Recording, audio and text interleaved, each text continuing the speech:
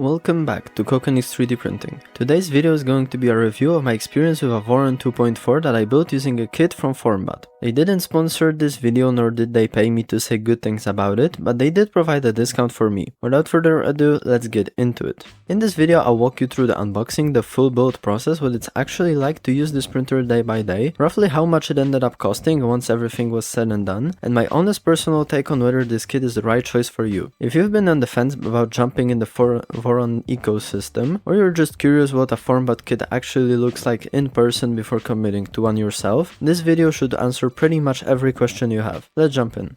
For anyone who isn't familiar, the Voron 2.4 is a fully open source corexy style 3D printer design that's becoming something of a legend in the DIY printing community. It's a fully enclosed machine that helps massively with temperature stability, especially when printing materials like ABS or ASA that love to warp in a drafty room. The design is built around rigidity and speed with linear rails on every axis, a belt-driven Z-axis instead of more common lead screws, and a corexy motion system that lets it move incredibly fast without sacrificing print quality. Because it's open source, you technically could source every single part yourself and build one from scratch, but that takes a lot of time, research and trial and error, since you'd be hunting down extrusions, bearings, electronics and printed parts from a dozen of different suppliers all over the world. That's where companies like Formbot come in. They package up a complete kit with all of the extrusion, electronics, fasteners and even 3D printed parts if you buy them separately, already sourced and ready to go, so you can focus on the build itself instead of chasing down vendors or waiting on hundreds of different shipments. The 2.4 in the name simply refers to a version number within the official Voron design lineage, which is maintained by a small team of designers and contributors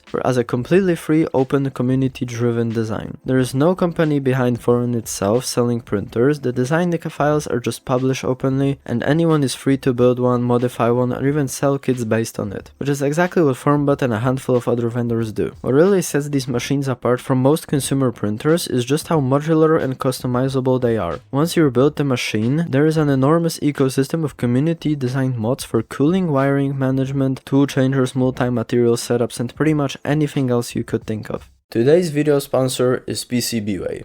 If you build things, PCBWay is worth knowing about. They do PCB fabrication, CNC machining, 3D printing, and sheet metal all under one roof, with fast turnaround time and competitive pricing. And if you're new to this and not sure what to order, PCBWay has a shared project section where the community posts open source designs that you can order directly. It's a great way to get your first part made without needing to design anything from scratch. I've used them for my own projects and the quality was amazing. If you're a new user, you will also get a $5 discount on your first order. Make sure to check them out. Links in the description. Now let's get back to the video. The kit arrived in a single enormous box, and I mean huge. It was heavy enough and large enough that I actually had to film the unboxing in my kitchen because there simply wasn't enough open floor space in my room to lay everything out. As soon as I cracked it open, I was honestly a little overwhelmed by just how many parts were packed in there. The very first layer on top had the small hardware, wiring harnesses, screws, bolts, connectors, zip ties, tape, basically every tiny component you could possibly need for the build, all neatly organized into their own little bags. Underneath that first layer was everything related to bed. There's a cast aluminum plate, a mains voltage heater, and a PEI magnetic build plate combo sticker on top. Formbot also etches their own Voron logo right into the bed, and honestly it looks fantastic. It's a small touch, but it instantly makes its kit feel a lot more premium than I expected. The bottom layer of the box had all the heavy duty stuff. The aluminum extrusions of the frame, the stepper motors, the linear bearings, a solid state relay for the switching bed hot end, and finally a stock V6 hot end. I actually decided not to use the stock hot end because in my experience it wasn't just the best option if you care about printing fast. Instead I upgraded the Bambu Lab X1 carbon hot end since it gave a noticeably better flow rates at high speeds. With everything finally unboxed and spread out across the kitchen, it was already time to build. Before touching the frame at all, the first job is cleaning and re-lubricating the linear rails. Straight out of the box they only come coated in a light rust prevention oil, and that's nearly not enough to make them run smoothly. You need a proper lubricant in there. For this step I use lithium grease along with isopropyl alcohol to get the rails properly clean first. I started by wiping down every single rail with isopropyl alcohol, making sure that strip off all the factory oil completely before moving on. Once the rails were clean and fully dry, apply the lithium grease through one of the small access holes on each bearing block, working it in so I could spread evenly across the rail as the block traveled back and forth. With all the greasing finally done, it was actually time to start assembling the frame itself. I ended up building the frame right on my kitchen counter, mainly because you need an extremely flat surface to guarantee that the frame comes out square. Even a tiny amount of warp on whichever surface you're building on can throw off the entire geometry of the printer down the line, so I wanted to use the flattest, most stable surface in the house. Next up were linear rails themselves, which needed to be mounted onto the frame extrusion, carefully aligned and torqued down evenly, so nothing was binding. After that, I mounted the bottom plate along with DIN rails, which is where most of the electronics, the mainboard, the power supply and the relay would eventually be installed. Next on the list were Z-motors. They don't just move on the gantry up and down along the Z-axis. On the Voron 2.4 they actually double as the feet of the entire printer that stands on, so getting them mounted correctly really matters for overall stability as well as movement. With the bed installed, I could move on to building the rest of the gantry, placing it onto a frame and getting all the belts properly tensioned.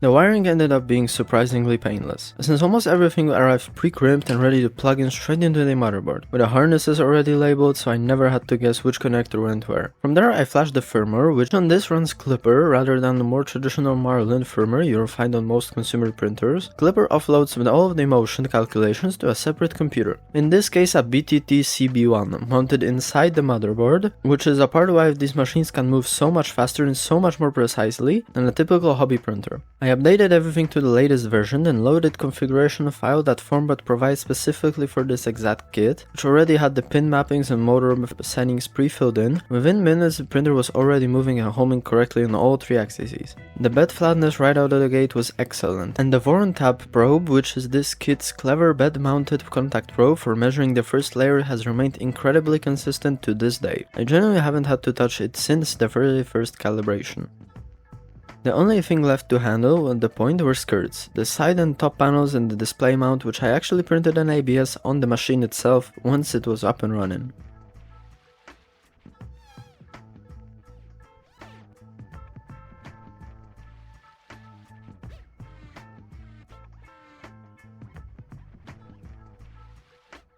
Before I get into how it actually prints, I wanna touch on the cost side of things, since that's usually the first question people have. A Formbot Voron 2.4 kit isn't cheap. By the time you factor in the kit itself, the upgraded HUD and the LED strips I sourced separately, and a handful of small extras that I picked up along the way, I ended up spending a meaningful chunk of change on this build. On top of that, there is a 40 hour of my own time that went into actually assembling it. So purely on dollar per print basis, you could absolutely buy a finished ready to go printer for less money and less hassle. But that's not really what you're paying for with a kit like this. You're paying for a build experience itself, the ability to fully understand and repair your own machine, and a level of print quality and speed, in my experience, genuinely outperforms the most printers you could buy off the shelf at a similar price point. Actually, really quick before I go further, only 1% of the people watching my videos are actually subscribed. So if you're watching this and you're not subscribed and you're enjoying the content, just hit the subscribe button. It's free, it takes half a second, and it means YouTube actually shows you the next videos. Okay, back to it. Overall, this printer has quickly become my favorite by a long shot. It's incredibly reliable for something that I built entirely by hand. The print speeds are excellent, and honestly it prints faster than any of my Bambu Lab machines. Using it on a daily basis has been completely painless, and I now trust it enough I've left running overnight prints unattended, something I would have been far too nervous to do on any of my other DIY printers. At this point I've put over 100 hours on it already, and it's only been about 20 days since I finished the build. It's an absolute ABS monster. I can print large ABS parts without any warping at all, and I don't even need adhesive on the bed to help with adhesion, which is something I always had to rely on with my P1S. The print quality wasn't amazing right out of the gate, but after some tuning it looks better than anything else that I own. I'll go into full tuning process in more detail in a future video. The layers are remarkably consistent, and those Z-banding artifacts you'll tend to see on the printers like P1S or A1 Mini are simply gone, thanks to belted Z-axis on the design instead of lead screws. The Voron tap is still rock solid and consistent, and I haven't had to touch the first layer calibration since I originally set it up. The one thing I slightly dislike, even though I completely understand why it's necessary is that you need to heat soak the printer for at least 10 minutes before starting a print in order to get perfect results.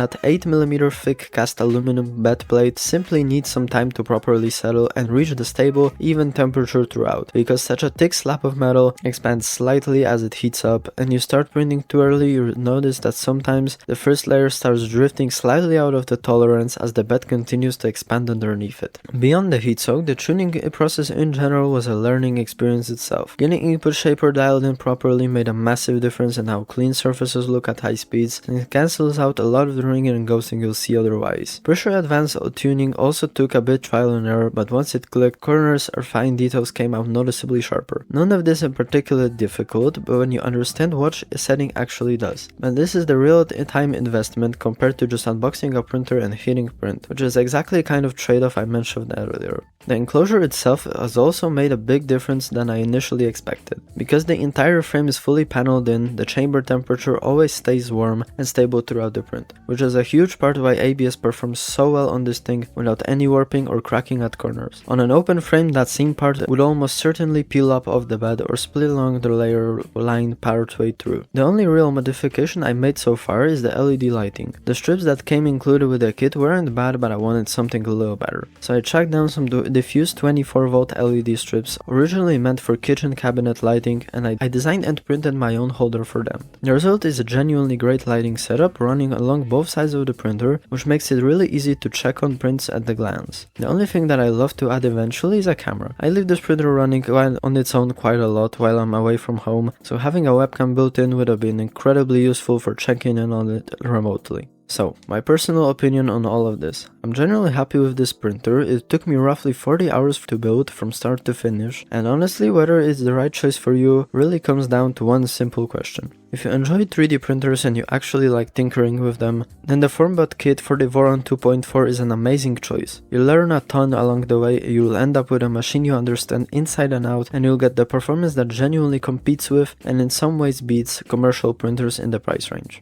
But if you don't want to spend the time building, tuning, dialing everything in, and if you just want a printer that works reliably out of the box from day one, then something like a Bambu Lab or a Prusa is going to be a much better fit for you. And there's genuinely nothing wrong with making that choice. Not everyone wants their printer to be a project, and that's completely fair. Building a Voron also means you're signing up to be your own support team. When something goes wrong, there is no customer service line to call, just community forums, Discord servers, and your own troubleshooting skills. For some people, that's the part of the fun. For others, it's a deal breaker. It really just comes down to what you're personally looking for, how much you value the process of building and tinkering versus just printing, and what your overall goals are with your printer. Looking back on the whole process now, 20 days and 100 hours of printing later, I'll still make the same choice again without hesitation. It's given me a level of confidence and understanding of my own equipment that I never really had with any of my other machines, and that alone has been worth the time investment for me. If you really enjoyed this video, consider leaving a like and subscribing. It really helps the channel out. I'll see you in the next one. Bye.